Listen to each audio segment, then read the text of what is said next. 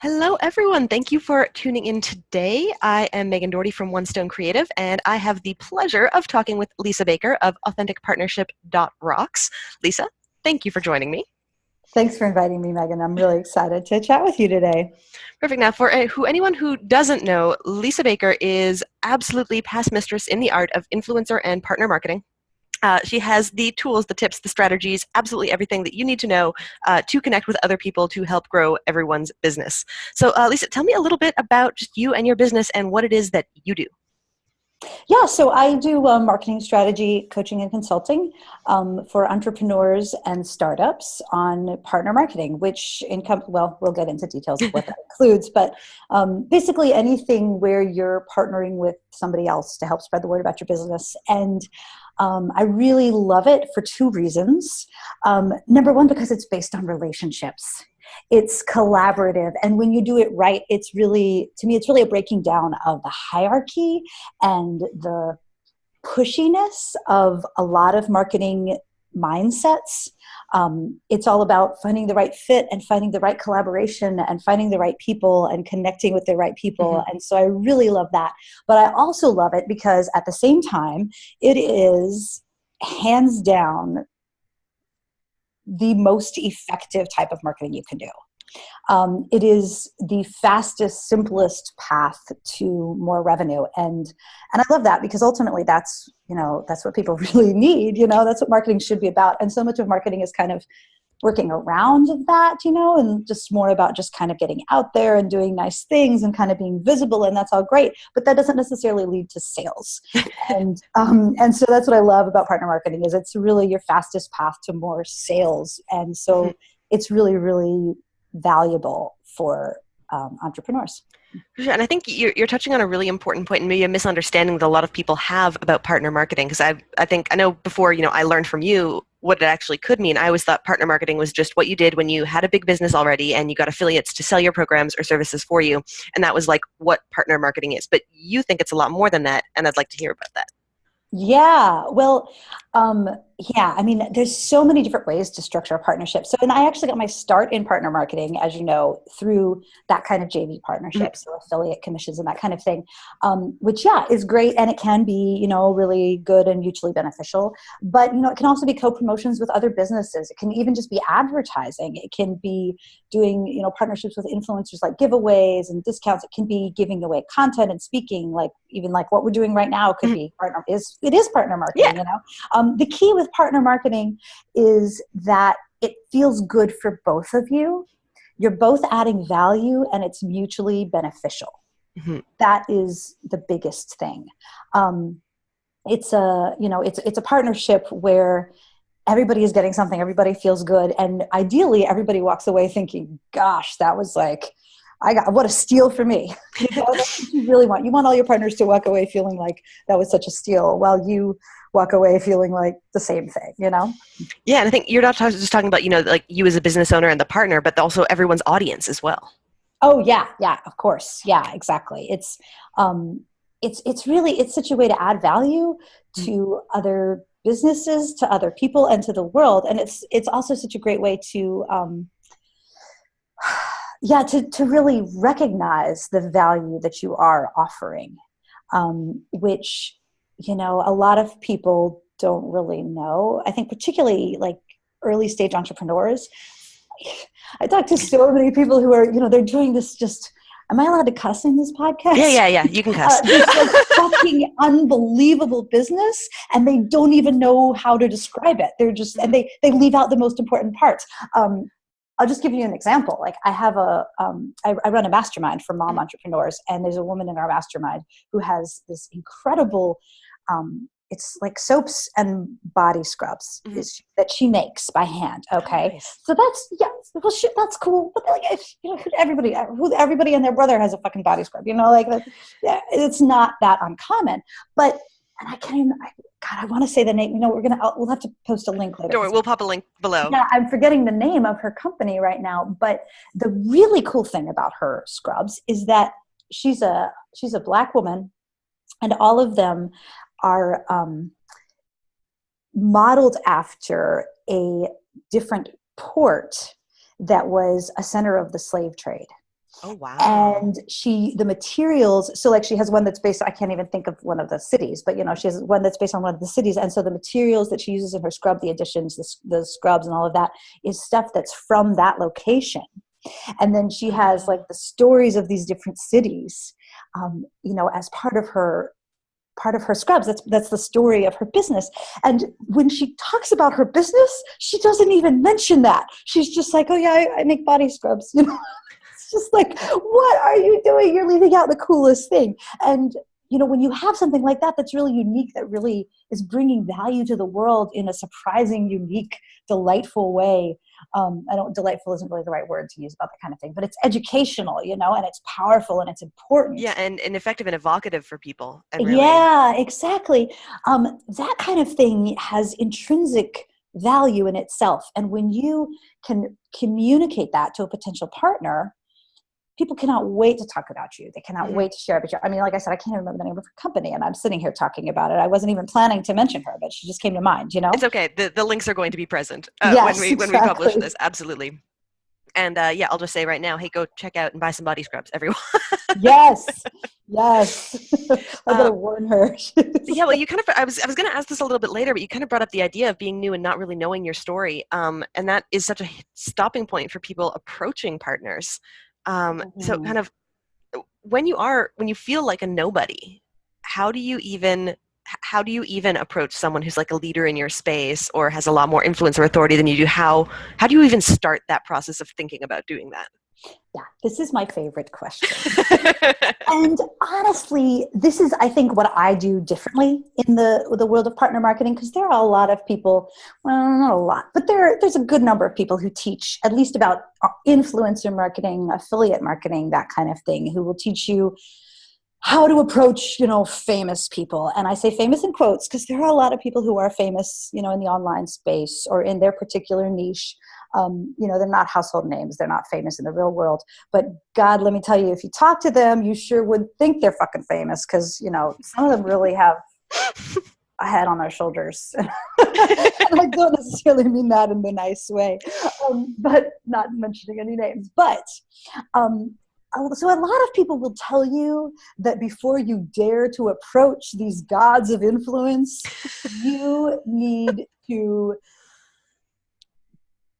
be really indirect Hmm. and weird and honestly maybe even a little rude. And they won't say it that way, but I mean, a lot of people will tell you, well, you need to like comment on their blog posts at least 10 times so they'll recognize your name, and you need to follow them, interact with them on Twitter, and blah blah blah blah blah, and send them an email just saying, hey, I love your stuff, you're amazing, so that then the next time you email them actually asking for something.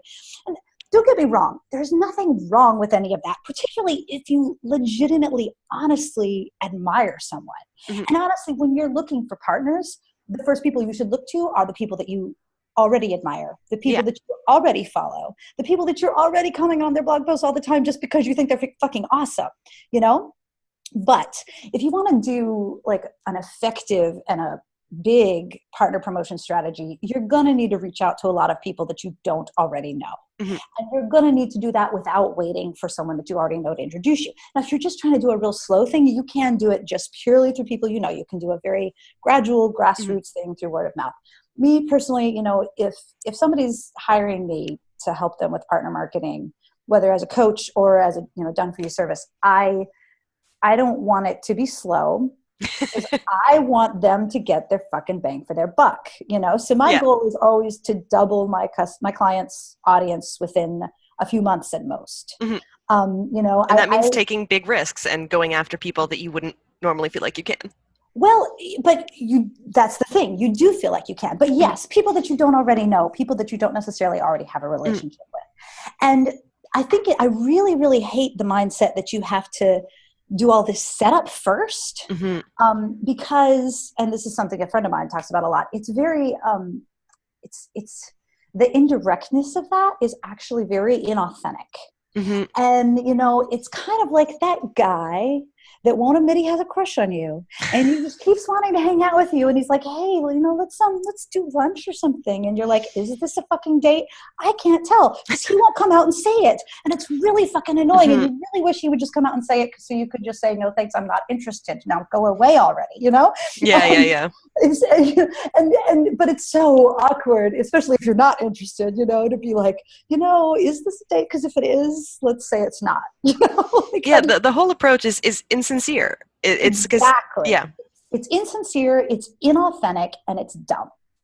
So again, if you're following people authentically because you really truly admire them and you really love their stuff and you really want to comment on them, you really want to interact with them in that way, fabulous. Like I said, those are the first people you should look at when you're looking for partners. However, if you're doing that in order to eventually get a partnership with them, you're doing it wrong. And the key here is, again, to recognize your real intrinsic value. Now, if you are an entrepreneur, you fucking better be offering something truly valuable to the world. And if you're not, number one, I don't want to work with you. And number two, go back to the drawing board and do better. Don't try to put lipstick on a pig. Marketing can't do that for you. Like don't, if you don't have something that's really worth sharing, you don't belong here. I'm sorry, but you don't belong in partner marketing. Now that said, I mentioned this, Mom Entrepreneur Mastermind that I run. I've been running it for 3 years, and I have never once had a single woman walk through those doors who was not offering something incredible to the world. In my experience, the vast, vast, vast majority of entrepreneurs are incredibly creative, innovative people who are doing amazing things that absolutely deserve to be shared, deserve to be talked about, and really add value.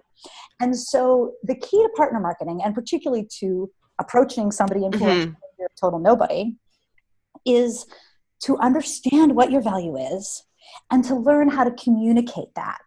So that instead of saying, hey, I was wondering if you could maybe, I don't know, maybe share about my thing, because it's, I don't know, it's sort of cool, but I don't know really if it's kind of cool. I don't know, maybe. You can say, hey, look, I have this super awesome thing. Here's why I think it would really help your audience out. Are you interested in learning more about this? You want to have a talk and see if it's fit. I love that so much, and I'm gonna share a little bit of the personal story, because full disclosure for everyone, Lisa is my go-to partner coach whenever I need help with it. Lisa's held my hand through all of the pitching attempts, and you're so right about when you feel like you've got something, intrinsically, that it's really good. Because as we were for One Stone Creative going through the pivoting process, figuring out what our offers are going to be, who we're really targeting, I tried to do a lot of pitches that felt awful, and they didn't feel good, and they didn't get any. The responses were terrible for partnerships, for sales, for anything. And I hesitated to do them. I didn't want to do them. But then we landed on the right thing. And all of a sudden, I was delighted to just hey, email anyone. Talk to. It became so much easier once that what I was doing matched what I felt good about. Yes. And that, Tad Hargrave, Marketing for Hippies, put that link in there too. He's absolutely brilliant, genius, my favorite marketing guru in the world. But his core message is marketing should feel good. And that's what I always tell people with partner marketing. If you feel uncomfortable sending this email, don't send it. You're doing something wrong. There's either something wrong with your offer, there's something wrong with who you're reaching out to. Maybe it's that you don't really have the level of relationship where you feel good about asking for this thing from this person at this time, in which case don't do it. Or maybe it's that you don't feel good about your offer and you don't really understand whether this is valuable for that person, and so that doesn't feel good. Again, don't do it. If you don't feel great about sending that email, stop, back to the drawing board, figure out why.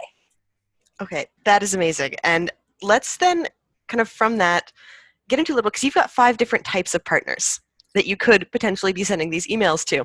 Can you take us through them really, really quickly? Yes. Well, not even necessarily emails. So my types of partners, this is, it's infinite, really. I broke it down for the purposes of, the workshops that I teach and my coaching program. I broke it down to 5, just because those were the ones that I've worked with the most and that I've seen the most success with for my clients. So that's kind of where I settled on for Mhm. now. I'm sure, over time I'll expand this. I'll come up with more ideas, or I'll do new promotions and be like, oh, this is great. I'm adding this to my list. Yeah. So right now, what the ones that I talk about are, number one, complementary businesses. So, the example I always use for this, if you sell shoes, go find somebody who sells socks. Do a promotion together. This will benefit both of you. They Mhm. get access to your audience. You get access to their audience. Both of you will make more sales. Do Yeah. a discount promo together. You can also do this with, with people who you might consider your competition. Mhm. And that's the other thing that I love about partnerships is in partner marketing is it really does transform your competition into your collaborators. Yeah. But, so if you sell sandals, you could maybe do a partnership even with someone who sells flip-flops, or for sure with somebody who sells boots. Mhm. There's all sorts of things like, you want to narrow, again, it comes down to narrowing down, figuring out what your real value is, and then finding the best people to share that with. So that's one, complementary businesses. The other one is online influencers. Mhm. Most people, when they talk about influencer marketing, that's the biggest one that they talk Yeah. about. That's one that people are more familiar with. It's definitely the one that I've specialized in the most, only because it's huge. There's so much reach for that. And who wants to leave their house every day? Most of us don't. So yeah, it's the one, the partner marketing you can do in your pajamas, of Yeah. course. But this could be everything from, people who really view themselves as influencers, such as really big bloggers with a huge email list. It could also be just ordinary people on Instagram who have a lot of followers for Mhm. whatever reason. There's all sorts of different types of online influencers and different ways to approach them and partner with them. Another one is publications. Mhm. This, again, can be online or offline. Offline, like print publications, I have very rarely seen a successful partnership with those, just because, honestly, I don't want to say that. It's very hard to track. Yeah, because I mean, Um, that's whatever I feel when I'm reading something hard copy, and I'm just like, "Ooh, that looks good." Click, and I try to tap the page. Why can't I get to the link? the digital generation. But the interesting thing about, if you go in Barnes and Noble, and you look at the magazines on the rack there, all of those magazines have an online thing too, and I True. definitely have seen some huge results from, PR, for example. Yeah. Even this PR falls into this category. Any time of kind of editorial coverage, in a national magazine, yes, you will get a lot of sales from that, most likely. So that kind of thing. And then also, advertising would fall into that too. Yeah. And lots of other creative ways to partner with publications. Another one is groups, which can be Mhm. social media groups or live groups. So, everything from meetup groups to Facebook groups. And I know Megan and I both have been doing a lot with Facebook groups Yeah. lately, just because To I'm great there all the success and for time. the fun and benefit of all. Yeah, it's terrible because I'm like, oh, another excuse to be on Facebook more, And we're totally showing our age here. You realize that, right? Because like the kids are not on Facebook. Facebook is so not cool. I don't know. They're on like Snapchat or some such nonsense. I I don't know. know. I'm happy. I'm officially an old. I don't get Snapchat. No, I know. Me either. And actually, Snapchat is an interesting one. I mean, because all social media, would fall into this category. And I have seen some interesting things done with brands in Snapchat, Mhm. and Instagram. Yeah. Huge. I would say that right now for social media, and this is what year is this, 2017, as of this moment in my experience, Instagram is absolutely, no question, hands down the top place for brands. But Wow. only, well, just because of the engagement level. Yeah. But I think that's changing every day. The number one reason why Instagram has been so good for brands is because it was set up in a way to be very inconvenient for brands. And they've really been shifting that. I mean, even things like you had to post live. You couldn't schedule posts. They added that. Mhm. You can schedule posts now.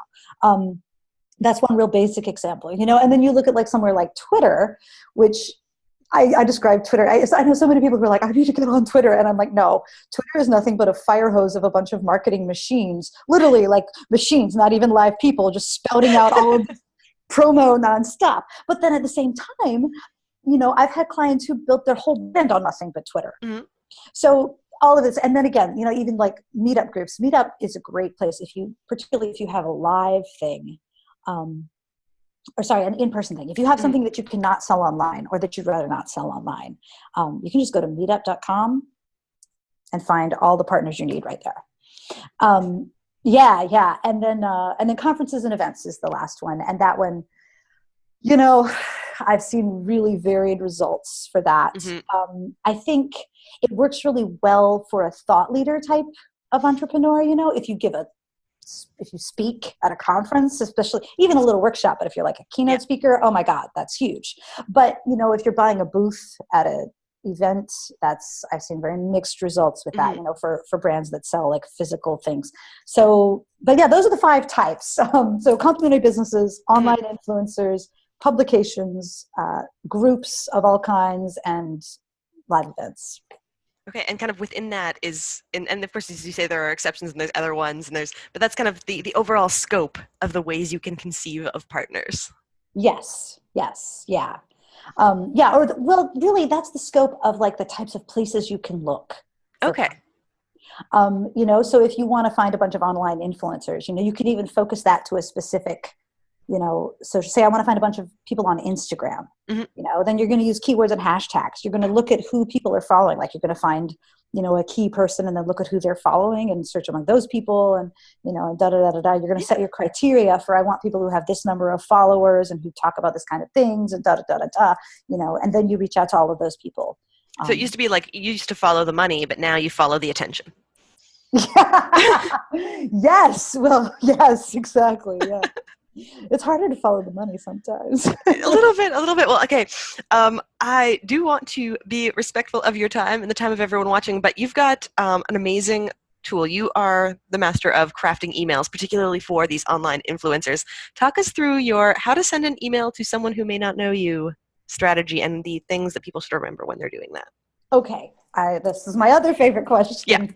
Number one thing about emails. Oh my God, don't say everything in the first email.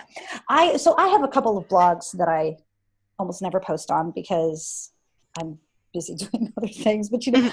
particularly one that I started years and years ago when I first had my kids. I started a mom blog because that's what everybody was doing back then. Yeah. So I still get emails all the time, probably several a day, I would say, from Wow. brands that want me to do what they want to do a sponsored post. They want to run an ad. They want to somehow leverage my influence via that blog Mhm. to, publish something about their brand. And 99 times out of 100, these emails are like 3 paragraphs long. They're like, oh, I have this wonderful thing and blah, blah, blah, blah, blah, blah, blah, and blah, blah, blah, blah, blah, blah, blah. They're like 3 paragraphs long and they have 0 information in them. I read them and I have no idea what this person wants from me, whether they're going to offer me anything in return to make it a mutually beneficial partnership, or what the value is of their product, Mhm. and they never focus on. So the biggest thing, particularly with your first email to a potential partner, you want to very, very briefly communicate the value to their audience of what you have to offer. Mhm. And you want to ask if they're interested in more information. Oh, I love that. And this is a bit of a marketing trick because once they've said yes, they're more likely to say yes again. Da da da da da. But also, you're not wasting your time sending all of this info, and you're not wasting their Yeah, time sending exactly. all of this information. Influencers, especially like big influencers, they get thousands of emails a day. They have full-time staff just to answer their Yeah. email. Sometimes multiple full-time staff just to answer their email. So you don't send them this long email giving them all the details. So this is where knowing your value is super, super important because you need to be able to communicate that ideally in 1 sentence, Hmm. tops in 3 sentences. You need to be Yeah. able to communicate exactly what your value is to their audience in a way that will help them decide whether this is really a fit for them. And that's the other thing you want to think about. I don't talk a lot about mindset, but I do think it's really important. Hmm.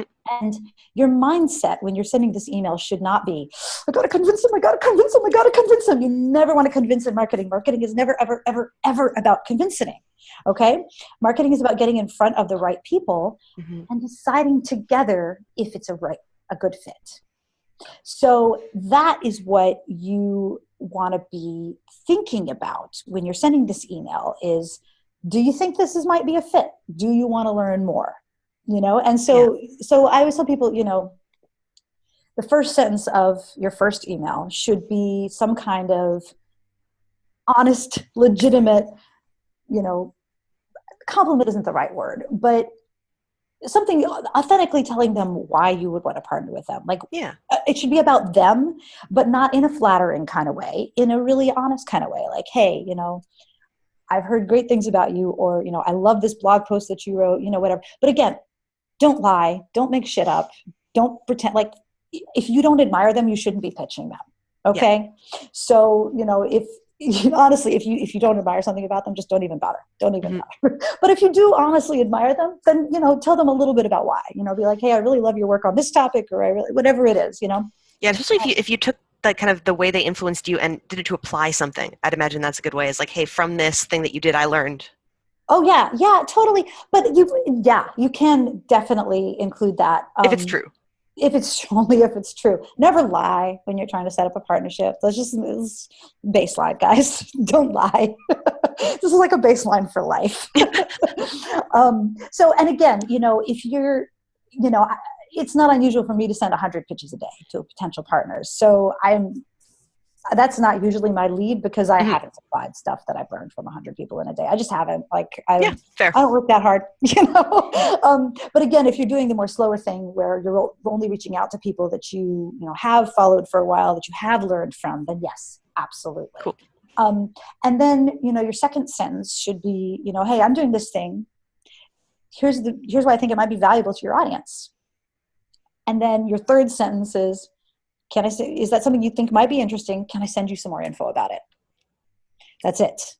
I love that. Here's why you should listen to me. Here's why your audience should listen to me. Can I tell you more? Boom, boom, boom. Exactly. And if you can do that in 3 sentences, amazing. Honestly, it's usually about 5 sentences for me.